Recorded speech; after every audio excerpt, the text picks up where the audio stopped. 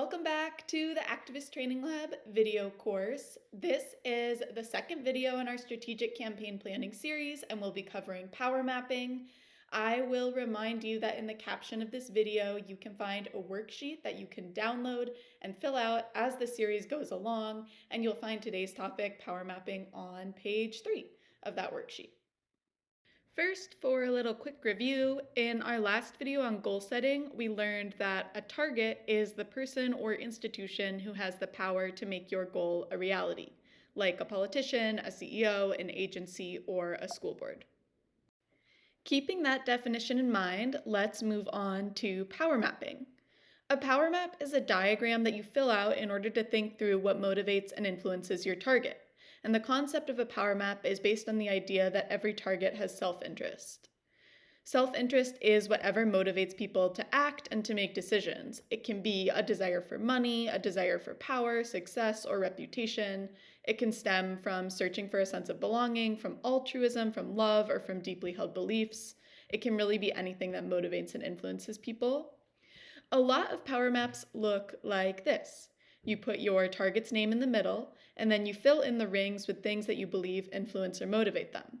The most powerful motivators, things that the target cares about the most, go in the inner ring, and things that the target cares about somewhat go in the middle ring, and things that they only sort of marginally care about go in the outer ring. To accurately fill out a power map, you usually need to learn about your target through research or by interviewing members of your community and pooling your knowledge. I'm not going to actually interview anybody or do any research for this video, but let's pretend that I have and fill out a sample power map together. In this fictional campaign, my target is City Council Representative JoJo Smith. And for starters, I know right away that there is a City Council election in 6 months and JoJo is running for re-election. So to start off, I'm pretty sure that JoJo cares about getting votes in the election, which means she cares about voters who live in her district, District 1.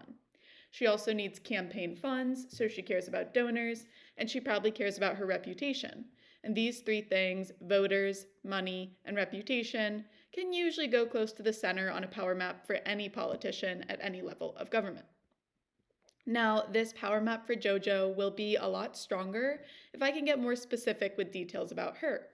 So my next step is to do some internet research about JoJo. Let's pretend that in my internet research, I found out that JoJo has built her reputation on 2 things. First, creating local jobs, and second, supporting women's rights. So I'm going to add these to her map as causes that are important to her, and I'm also putting them near reputation because JoJo probably wants to protect her brand as a champion of these issues. Let's say I also find on the internet some groups she's been endorsed by, the Women's Rights Alliance and the local business bureau. She probably wants to keep those endorsements in order to win her council seat again. Now that I'm done with my internet research, I'm going to ask around in the district and see what other people know about JoJo. And let's say while I'm doing that, I learn that she lives in the Tree Hill neighborhood with her wife and her 2 kids. So I'm going to add the well-being and opinions of her family as an influence on her, along with the well-being of Tree Hill and the opinion of her neighbors. I also heard that JoJo has some allies on the city council, Nene Smith and BB Smith, so I'm going to say she cares about her relationships with those other council members. And finally, I learned from other people in the neighborhood that her last election was very, very, very close. So I'm just going to highlight the getting votes part of the power map since she's probably especially sensitive about that right now. I'm going to stop here, but the more you fill in on a power map, the better. The more details will lead to a stronger strategy and a more effective campaign in the long run.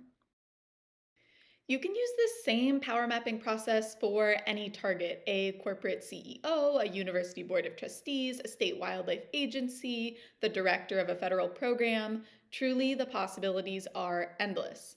I just have 2 final tips for you before you dive in. The first is to make your power map as detailed as possible. The more details, the better your campaign strategy will be.